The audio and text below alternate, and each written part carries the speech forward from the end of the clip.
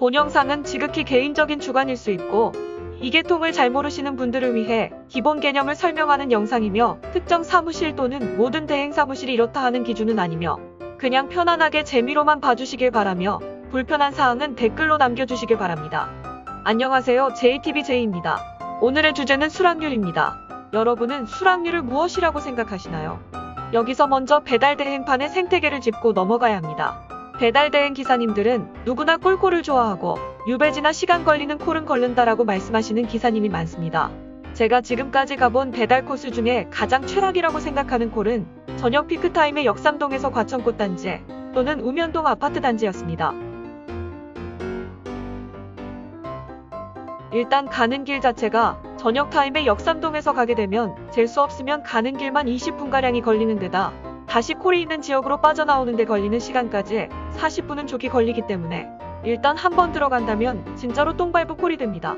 이런 콜은 몰랐을 때 한 번 정도 가본다면 알고 난 다음에 두 번 다시 가기 싫은 콜이지요. 하지만 배달 대행을 운영하는 플랫폼이나 배달 대행 사무실에서는 이런 콜들도 소화를 해줘야 합니다.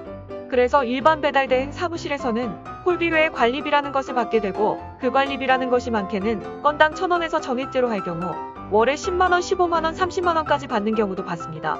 결론은 일반 배달 대행 사무실에서는 기사들에게서 떼먹는 콜 수수료가 건당 3,400원과 관리비로 1,000원가량을 따로 받습니다. 여기서 생각해볼 문제는 기본 콜비가 3,500원이라고 가정했을 때 콜 수수료 350원이면 먼저 콜 수수료 10%를 공제하는 것이고 거기서 3.3%를 더 공제를 한다면 13.3%를 공제하는 셈입니다. 그렇다면 식당 점주들에게서 건당 1,000원씩을 추가로 받는다면 식당에서 받는 콜비 4,500원에 1,350원을 떼는 것이고 이것은 콜비 총액의 30%를 떼는 것이며 콜 수수료를 그 이상 떼먹는 사무실의 경우 콜 수수료 100원당 3%가량이 추가되는 셈입니다. 퀵서비스의 수수료가 보통 23%의 경우를 가정했을 때 이와 비슷하게 수수료를 떼는 곳에서 일하면서 간섭을 받고 강배를 받고 일을 하는 것보단 차라리 퀵서비스 일을 하는 것이 수수료를 덜 떼고 마음 편하게 할 수 있는 것입니다. 다만 일반 퀵서비스 같은 경우는 단가 칼질이 심하며 손님에게 2만원을 지불받은 콜을 만원에 올리고 만원으로 콜 잡은 사람에게 추가로 23%를 더 떼는 곳도 많기 때문에 퀵서비스의 단가를 잘 모르시는 분은 그냥 배달 대행 하시는 게 정신건강에 좋습니다.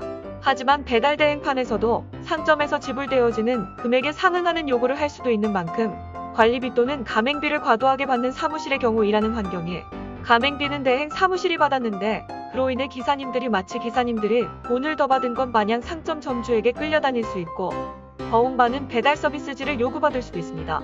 기사님들은 정작 3,500원을 배달비로 받지만 점주는 4,500원을 지불한 입장에서 아니, 기사님 피자를 가져가신 지 20분이 됐는데 아직 완료를 안 치셨네요. 어떻게 된 겁니까?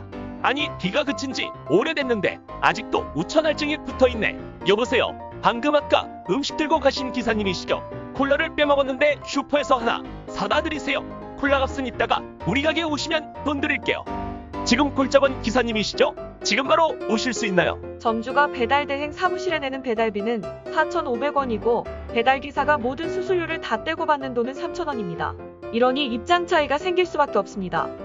이러한 사실을 일부 고인물 배달 대행 기사님들은 잘 알고 있는 사실이기에 진짜 가기 싫어하는 똥콜의 경우 거부를 하는 편이고 입사한 지 얼마 안 된 호구 기사님들은 강배를 계속 받는 것입니다. 똥콜의 기준은 다른 것이 없습니다. 평타치에 수입을 내는데 방해가 되는 콜이 똥콜입니다. 이런 똥콜을 효율적으로 처리하는데 수락률이 도입되는 것입니다. 고로 수락률이란 말 그대로 돈입니다. 배달 기사님들에게 복주머니로 나가야 할 증요금, 일반 대행 사무실에서 관리비로 받아야 할 관리비, 그것이 바로 수락률인 것입니다. 물론 기사님들 중에 정말로 자기 이익만을 생각해서 과도하게 골라내서 꿀만 골라먹는 분들이 문제가 되기는 하겠지만 플랫폼 입장에서는 수락률을 관리해서 똥콜을 적절하게 빼겠다는 계산이 들어가 있는 것입니다. 이것이 무엇을 의미하느냐? 수락률의 노예 즉 돈 안 되는 똥콜을 헐값에 빼줄 호구를 모집하는 것입니다. 실제로 쿠팡이츠 초창기 때부터 수락률을 100%에 맞추면 콜을 잘 준다며 목매달고 수락률에 집착을 하시는 분들이 많이 계셨었는데 이 배달판에서 특정 기사에게 꿀콜을 잘 주고 똥콜을 더 주고는 절대로 할 수 없는 시스템이고 콜을 일정 지역에 와서 일괄적으로 받는 것이 아닌 내가 지금 콜을 받고 어디로 갈지도 모르는 상황에서 수락률에 따라서 누구한테 우선 배정을 해주고 누구는 수락률이 낮아서 배정을 안 해준다라는 것이 쉽게 만들어질 시스템은 아닙니다. 물론 KKO 택시에 콜 주는 방식처럼 콜 주는 것을 차별해서 줄 수도 있습니다만, 글쎄요, 꿀콜이니 똥콜이니를 판다는 기사 본인이 하는 것이지 컴퓨터가 해줄 수는 없는 부분이기에 수락률로 콜을 차등 배분한다는 것은 쉽지 않는 일입니다. 또 오토바이 특성상 거리가 먼 픽업지 배달지는 별로 가고 싶지 않는 것은 누구나 가고 싶지 않기 때문입니다. 또 가기 싫은 똥콜을 계속 넣어준다면 수락률은 계속해서 떨어질 텐데, 그렇게 되지 않으려고 똥콜을 모두 잡게 됩니다. 그래서 콜을 한 개라도 더 받으려고 수락률에 집착을 하면 할수록 손해라는 말입니다.